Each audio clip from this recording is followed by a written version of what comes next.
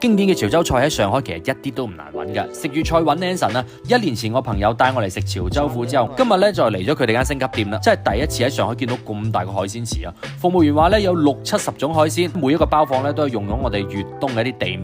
嗱，潮汕人講嘅魚飯咧並唔係真係有米飯㗎，其實就係醃過啲魚肉啊，可以當飯食咁解，講究係原汁原味。普寧豆醬一點鹹鮮2個字即刻喺呢條脷度咧可以彈出嚟咁啊！好多人以為蠔仔樂就係閩南地區嘅蚵仔煎，其實唔一樣嘅。雖然用料差唔多，但係傳統嘅蠔仔樂咧做得會更加脆身嘅。